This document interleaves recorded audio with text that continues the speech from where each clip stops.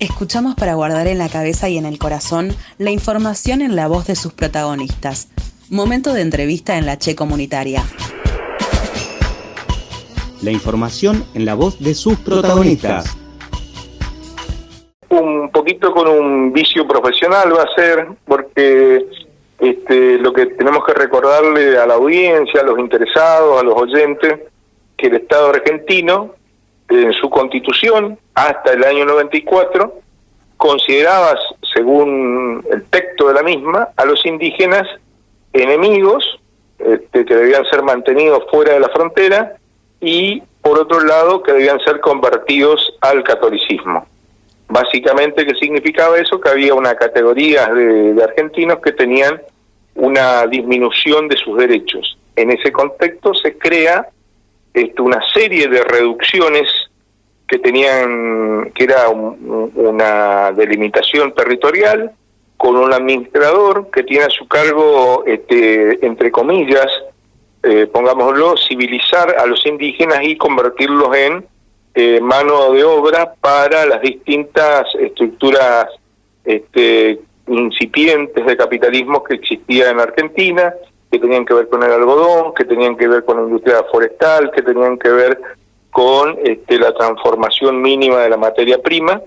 Una de esas reducciones era la reducción de Napalpí, de colonia aborigen Chaco, una serie de colonias que había acá en esta zona, a 170 kilómetros de la ciudad capital, Resistencia. En ese entonces Resistencia o Chaco era territorio nacional, tenía un gobernador, que era un gobernador interino, designado por el presidente, era la presidencia de Marcelo T. Alvear, el gobernador o interventor era Centeno, quien a raíz de una serie de protestas organizadas por las comunidades indígenas, en este caso el pueblo Com, el pueblo Mocoví y hacheros que había en la zona, pedían lo que se llamaba la libertad de tránsito y mejores precios y la posibilidad de ejercer derechos básicos económicos, patrimoniales reconocidos en la Constitución, o de peticionar, reconocidos en la Constitución para todos los argentinos, y existía una provisión expresa, explícita, de que no podían salir de la reducción sin autorización o sin orden. Ante el creciente descontento, no se le ocurre mejor idea que mandar una patrulla armada, mandar civiles armados, un avión que hizo un recorrido primero por el territorio y después tuvo una acción directa sobre las comunidades indígenas, provocando provocando en julio de 1924 una masacre sobre mujeres, niños, ancianos que no tenían una actitud beligerante, y el total de víctimas directas que perdieron la vida se calcula entre 700 y 1.500 personas.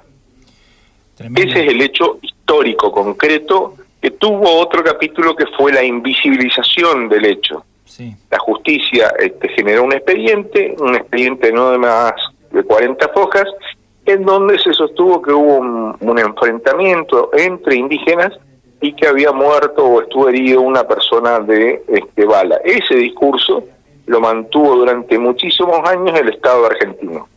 Sí. De hecho, hubo un fiscal en ese mismo año que quiso investigar, pero fue apartado de la causa. ¿Puede ser, Julio? Sí, el fiscal mantenía... hubo varios, no solo un fiscal, sino que hubo una investigación del Congreso, hubo publicaciones en diarios de la región y en diarios de Buenos Aires, que si no me equivoco el diario La Razón, que trataron de alguna manera de que saliera, por usar un término, a la superficie de manera clara y concreta el hecho, y sistemáticamente el hecho fue negado, invisibilizado, y a quienes se les ocurría hablar del hecho fueron perseguidos por el sistema judicial, por el sistema político, y también por la sociedad que mantenía y sigue manteniendo un discurso de discriminación, de odio, sí, de construcción de un enemigo. Totalmente, una mirada racista que todavía se sigue llevando adelante al día de hoy. Sí, exacto, así es. Hablábamos de la invisibilización sobre esta masacre, sobre este asunto, iba a decir, pero fue literalmente una masacre. Más de 700 personas indígenas murieron en Napalpí en 1924, como vos bien decías, Julio. Y la invisibilización fue tan grande que tuvieron que pasar prácticamente 100 años para que el Estado argentino tenga que pagar y hacerse responsable de sus propios actos. Sí, Napalpí quiere, para los indígenas era un hecho, culturas agrafas, o sea, sin grafía, pero un hecho que históricamente era transmitido de generación en generación. Sí. Este lugar que se conoce como lugar donde habitan los muertos, así era transmitido, digo, de generación en generación. Cuando tuvo la primera brecha, la primera posibilidad de ser conocido, la gente lo empezó a transmitir. Incluso el antecedente de lo que es el juicio es un libro pequeño, muy pequeño, que se conoce, Napalpí, la herida abierta, de un escritor chaqueño, Mario Vidal, quien da a conocer concretamente el hecho que era desconocido para la sociedad chaqueña en general, no para los indígenas. Pero de todos modos, la masacre, el hecho de terrorismo de Estado, como lo denominamos nosotros, se transmitía en susurros. No era algo que estaba puesto en la agenda pública y menos sostenido en debates públicos. Digo, esto para ser claro. Entonces, contra ese proceso de invisibilización aparece, yo digo en esto, con mucho respeto, durante muchos años yo he sido abogado de las comunidades de Colonia Aborigen Chaco, perteneciente al pueblo Toba, obtuvimos un título de propiedad, pero nunca habíamos podido instrumentar, conocíamos el hecho, pero nunca lo habíamos podido instrumentar en términos jurídicos, quizás por algunas carencias técnicas, pero también por mantener alguna horizontalidad en la relación con los pueblos indígenas, hasta que unos dirigentes y un abogado más ligado a lo que había sido la masacre de Margarita Belén en la época del terrorismo de Estado, que había sido conjuez en la causa Margarita Belén, comienza a asistir a las comunidades en este hecho y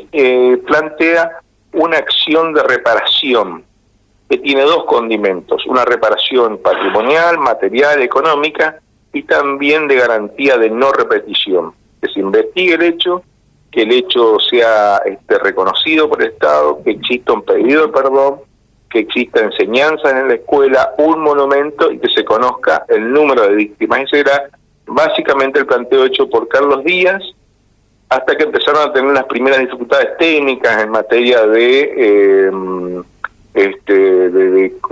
conocer lo que es el derecho indígena, los pueblos indígenas, y ahí en ese momento me convocan a mí y formamos un equipo en el año 2004 a los fines de iniciar una acción en los términos referidos ante la justicia federal.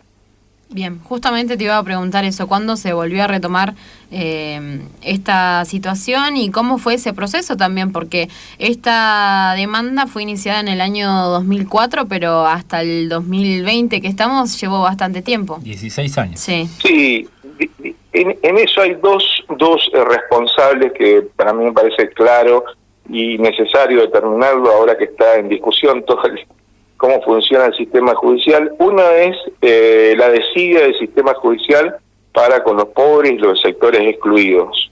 Eso es un principio. Y en segundo lugar, que me parece importante remarcarlo, es cuando las comunidades indígenas ingresan al sistema, se genera un comportamiento de desconfianza, de hostilidad, de ninguneo, que explican de alguna manera esta morosidad de 16 años en lograr una sentencia. Para que ustedes tengan una idea, cada paso en el proceso implicaba cientos de escritos para que se tomara una medida mínima. E incluso muchas medidas que fueron pedidas en 2005 las logramos recién en el año 2018-2019, que tenía que ver con la investigación en las tumbas, con una serie de resguardos, con una serie de protocolos que tienen que ver con el respeto de la identidad, de la cultura, pero también en búsqueda de pruebas contundentes que demostraran la existencia del hecho que era negado por el Estado. El Estado desde un primer momento planteó la negación del hecho, en segundo lugar lo que se denomina prescripción, porque por aplicación del Código Civil, si la acción no es iniciada 2 años después del hecho que genera o la causa que genera la responsabilidad del Estado o de un particular, daños y perjuicios, como se conoce en la jerga abogadil, prescribe la acción, no hay posibilidad de iniciar la acción, ese argumento sostuvo el Estado, y el tercer elemento es que no estaba aprobado la relación entre quienes iniciaban la acción y quienes habían fallecido, como si en 1924 los indígenas tuvieran documentos, tuvieran partidas de defunción y posibilidad de hacer un juicio sucesorio.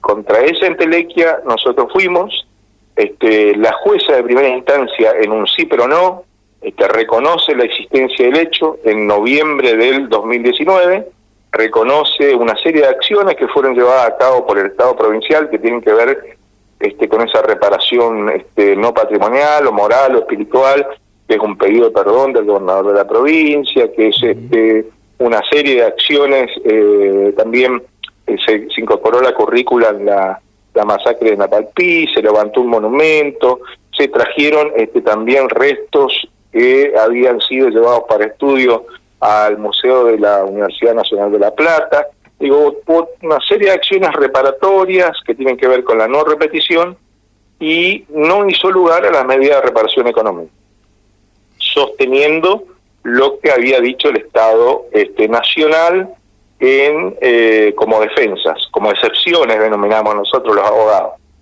Apelamos a esa sentencia de primera instancia de la doctora Nirenperger, juez federal de primera instancia, y la Cámara Federal hizo lugar al planteo histórico de las comunidades indígenas el 14 de septiembre. Bien. En un fallo que para nosotros es importantísimo y muy relevante. Sí. Histórico. Histórico, sí, sin dudas. Sí, histórico, porque lo otro que dice, y aclara muy bien la Cámara, la doctora de Nogens, y la doctora, mi memoria, no me acuerdo la otra, Alcalá, Rocío Alcalá, la doctora Alcalá, lo que dicen es que hubo un acto de terrorismo de Estado, que no fue un caso de abuso, que fue una de las defensas que sostuvo el Estado, de exceso, no, hubo un acto sistemático que lesionó a un colectivo y por eso consideran que hay un delito de lesa humanidad. Para nosotros ese hecho es relevante, es importante y coloca al menos la verdad histórica, la memoria en un lugar que nunca debería haber estado, que era el lugar, debería haber dejado de estar, es el lugar que corresponde de conocer esa verdad dolorosa y que explica también mucho la situación en la que se encuentran los pueblos indígenas en Argentina y en Chaco en particular.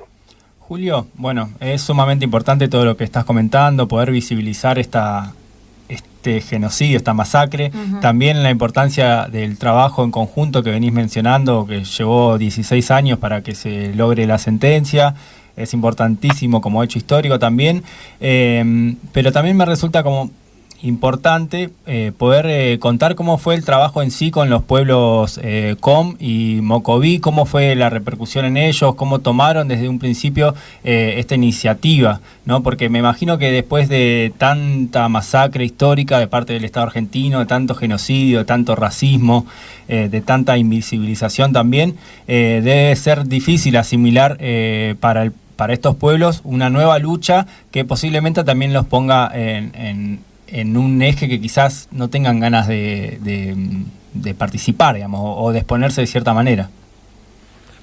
Sí, bueno, los mecanismos de resistencia de los pueblos indígenas son distintos. Eso es algo que yo he aprendido durante casi 26 años de ejercicio de profesión y acompañamiento a distintos pueblos indígenas. Los mecanismos de resistencia son distintos, igual que las articulaciones, igual que las alianzas, igual que la posición en frente del Estado.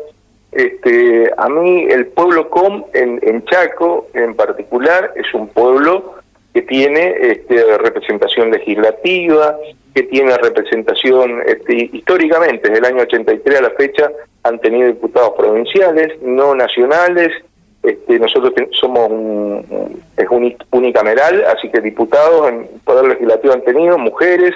De hecho, ahora una de las representantes en el Poder Legislativo es mujer. Tienen representación en el Poder Judicial, tienen representación en el Poder Ejecutivo. En el Poder Judicial fue creciendo el número de empleados y funcionarios. El pueblo todo es un pueblo aguerrido que tiene una estrategia hacia el Estado provincial y hacia el Estado nacional que ha ido creciendo con el tiempo. Dentro de esa estrategia general, este juicio de Napalpí debe inscribirse como un proceso de reivindicación histórica, territorial y de lucha por la identidad, y en este caso en particular que se conozca un hecho dolorosísimo para los pueblos indígenas. Ha habido dirigentes que no están, varios de ellos que no están vivos ahora, que fueron quienes decidieron llevar adelante esta acción. Si vos me preguntás cuál es la situación ahora, es de serena alegría, con absoluta precaución, porque también hay otro escenario que nos está faltando, que es la Corte Suprema de Justicia de la Nación. Ellos conducen muy bien a los miembros de las comunidades, son bastante horizontales en ese sentido, pero con mucho resguardo, con mucha tranquilidad, te diría, mucha paz interior. Por las medidas referidas a la pandemia no hemos podido tener una reunión personal. La última que tuvimos fue en febrero de este año, un poco analizando lo que había sido el fallo de primera instancia, la estrategia que se decidía hacia adelante, cuáles podían ser las consecuencias de ese hecho. Así que ahora vamos a esperar el próximo escenario, que es la Corte Suprema. El viernes ya presentamos nosotros también un recurso extraordinario. ¿Por qué? Porque la Corte Suprema de Justicia de la Nación tiene un antecedente, que es el caso Villamil, que es un caso de víctimas de terrorismo de Estado, que pidieron la reparación económica de delitos de lesa humanidad, y la Corte dijo que los delitos de lesa humanidad son imprescriptibles en materia penal, pero no en materia civil. Al contrario de lo que dice la Corte Interamericana de Derechos Humanos en un reciente fallo, Órdenes Guerra versus Chile, que dice que deben ser reparados, o la responsabilidad del Estado es tanto penal como civil. Así que estamos nosotros en un próximo escenario y pedimos concretamente a la Corte una audiencia pública en donde podamos de alguna manera ser escuchados por los cortesanos de la Corte.